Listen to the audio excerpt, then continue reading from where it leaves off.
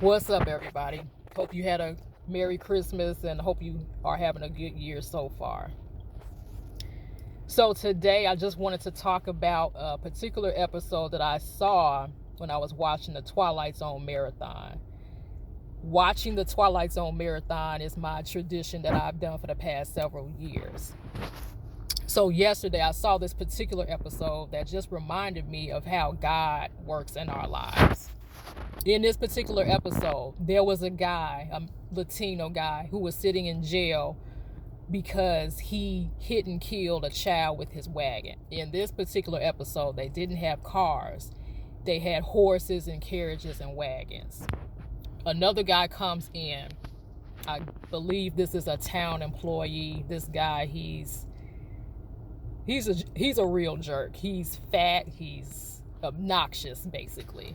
So he starts taunting and tormenting the prisoner, saying all these different things. The sheriff is there and he sees what's going on. So the sheriff tells the obnoxious guy, stop doing that. He suffered enough already. The obnoxious guy leaves. In another scene, the child that was killed, the child's parents, they're on their way to her funeral. And so the father of the prisoner sees them and he blocks their path and he gets down on his knees. And he has a little girl with him. I guess that's his daughter. And he tells the daughter what to tell the parents. I guess like to basically translate. So he just says, if I could give my life in return for your daughters, I would. And the father of the deceased child, he just basically says, little girl, get out of my way. He's not trying to hear that. He's focused on his loss. The prisoner's father, the old man, he went to see his son who was still in jail. He wanted to give him a lucky gold coin, but the sheriff was outside and he just told him, well, there's nothing you can do. That's not going to really help him. You might as well just go on home. So the fat, obnoxious guy, he stops the little girl that was with the old man, the prisoner's father. He stops her and says, I can help your father. Tell him to bring me 100 pesos and I'll give him some magic dust that makes people forgive. Because everybody in the town hated the prisoner for killing this child. The little girl went and told the older gentleman. The prisoner's father brought the 100 pesos to this obnoxious guy, and all the obnoxious guy did earlier, he just scooped up some dirt from the ground and put it in a little sack.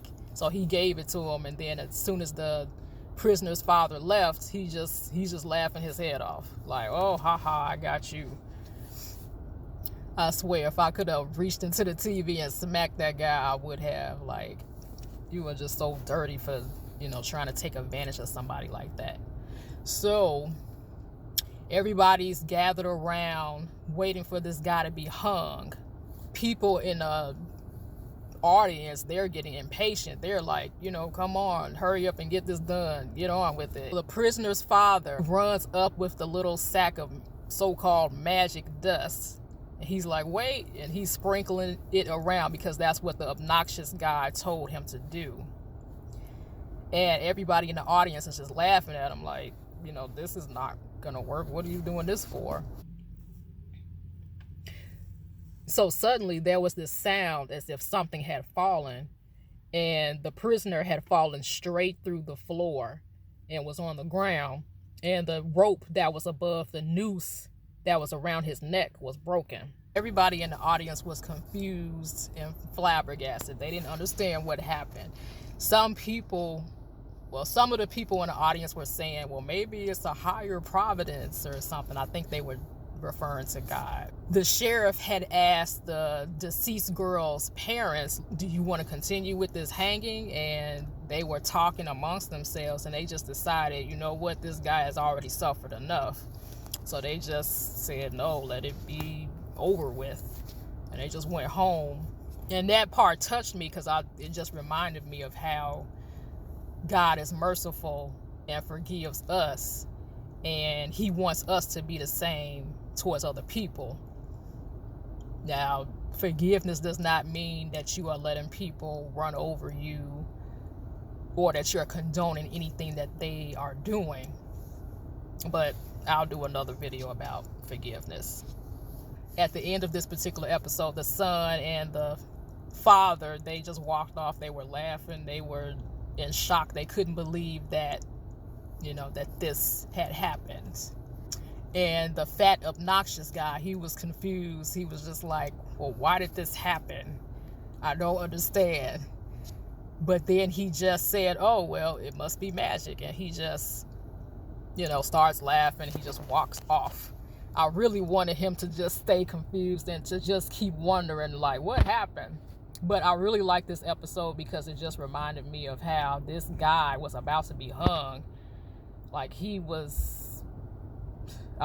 looked as if there was no hope for his situation, but then, like, the unthinkable happens right in the nick of time. So I also like this episode because the fat, obnoxious guy, I was just so disgusted by his actions, but what he planned for evil, it got turned around for this prisoner's good. It worked out for the prisoner at the end. So in the Bible, there's a scripture from Genesis 50:20, which basically says the same thing. What you meant for evil, and I'm paraphrasing, what you meant for evil, it turned out for my good. So it just reminded me of how God is always looking out for us, and no matter what our enemies plan or plot or do, it will always work out for us, even though it may not seem like it, depending on what type of situation that it is, but it always works out for our good some type of way. So there may be some situations where it looks like your enemy has the advantage over you, but just remember that God is with you. God is on your side. So whatever they try to do to you, he will use it for your good. So even if you end up getting hurt by whatever they try to do, he can use that pain for your good. He can use it as a lesson. But then God can also teach your enemies a lesson as well. Just remember that God is with you and God has your back.